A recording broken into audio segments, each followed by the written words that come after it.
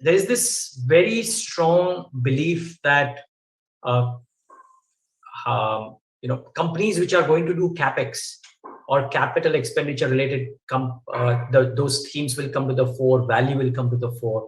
At the same time, people who made money in growth at any price, so to say, continuing to grow because the tailwinds were in the favor, still continue to swear by that theme. I know you look at earnings growth and relative returns. My question is, where do you find favor? Which of the two buckets? Right. I think in the first bucket where, the after all, the capex cycle is going to be very cyclical. And a lot of the businesses, majority of the business are cyclical in nature. Right. So in a cyclical business, you have to time the market. Your entry and exit are very, very important. Right. And I mean, in the long run, if you look at the returns of, say, Tata Steel versus a Nestle or an HUL, in the last 20 years, the returns are almost similar, right? Whereas if you look at the valuation of Tata Steel, it will be much, much lower. But then the the graph of Tata Steel returns will be very different. You would have periods of 10 years, 12 years where you made no money or you were in big losses, right? And suddenly in the last year or year and a half, that's where you made majority of the money, right? So that's where timing those kind of cycles are extremely important, and very few investors do have that kind of capability to do it consistently all the time. And as a fund manager, where you tend to get money at all points in time, you can't take that risk, because if you are an expert in that and if you underperform 15 years, until 2020, you generally would have no funds to manage.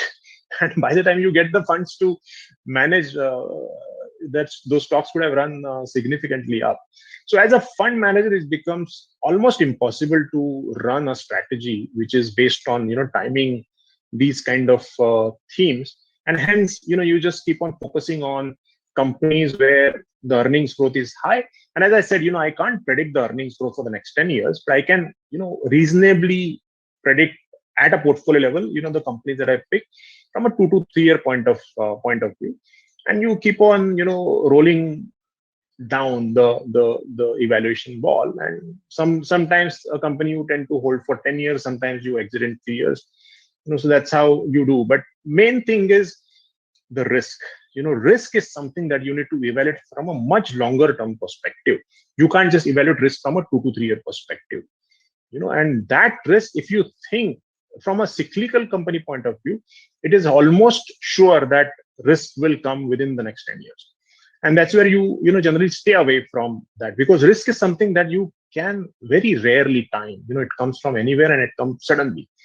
And hence it becomes difficult to get out from such themes at the perfect time. And then your overall returns tend to be, because you don't enter at the bottom as well as you don't exit at the top. And when you evaluate looking back at the top of such themes, everything looks really good. But when you evaluate that from the bottom of that, things look very, very different. So hence, you stick with uh, returns which are much more consistent and which are more closer to sort of a, the bond straighter line returns, rather than the huge swings in returns. Yeah, not everybody's blessed with hindsight. I read in a Jeffrey Archer novel that it's only politicians who have the benefit of hindsight, not mere mortals, so to say. But Samit, so where is it that you find which themes? I know, so because this show doesn't involve stock ideas, we can enumerate them as examples. But since we talk about themes, where are the themes wherein there is a reasonably perfect marriage under the current circumstances of relatively low risk, relatively higher valuation comfort, and relative predictability of earnings growth for the next 3 to 4 years? Right. So I think the top theme again for me, it's been the same for last many years, is building material theme. Because even now, as I said, environmental clearance applications are at all-time high, the pending applications all-time high. And there are triggers, mainly because you have that 15% manufacturing tax rate until March 2023, which most probably will be extended a bit. Plus you have the PLI. And and then also the demand picking up globally. So naturally, there will be more capex, which is going to come from the government, which has a lot of finances available from from corporate India, and these incentives also sort of help propel. So I think that's going to continue. Again, you there are too many options available within that basket, so you need to pick the right where there is. I mean, you have to pick companies which are disruptors and which are not going to be disrupted. Because just because there is a demand doesn't mean the company will do well. You have to evaluate not only from the demand perspective, because predicting demand is much easier. Predicting the supply, how many competitors can come in and what will be the capacity which will be built. If the same company keeps on building capacity, that's great for you. But if there are 10 different companies who will build capacity, that's really bad for you. So demand can be really great, but how is it going to be provided for is important. The more concentrated that is, that's very important. So that has to be a factor in your picking up the stock within that framework. So building material, and I still am positive on the specialty chemical sort of the API pharma space. But again, as I said, in this, when there is so much herd mentality, when there are so many companies doing well, you tend to classify many companies as quality companies. So here also you need to be very, very careful, because there are so many disruptions which have happened in the last year and a half, that because of the shortages, some companies may be making crazy profits, and they may be getting high pricings, but it will be only short term. And that's where your bottoms up research on which are the longer term sustainable companies which are competitive even in the open economy where there are no restrictions, shutdowns in China. So those are the kind of companies you need to bet on. And again, there are very few quality companies which will sustain their sort of competence beyond these affected periods. So those are the ones you need to pick.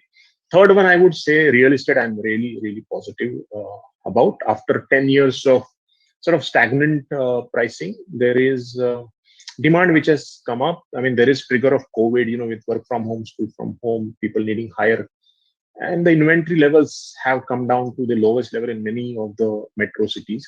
And that generally is the typically start of the cycle. Then the investors, as the prices start rising, until the inventory is exhausted, because a lot of inventory gets built up or stuck up in a really stagnant cycle, the prices don't move up that quickly. When the inventory go down and they are at the lowest level, that's when the prices slowly start going up. And as soon as the prices start coming up, then the investor base, which generally is much larger than the user base of real estate, they come in, and then they sort of the momentum picks up and the price start going up. And this cycle typically lasts for few years, 3 years, 5 years, 7 years. And I feel there is high probability that such cycle has started. So again, bottoms up, you will have to pick up specific companies, because real estate is all about location, location, location, and you have to look at projects.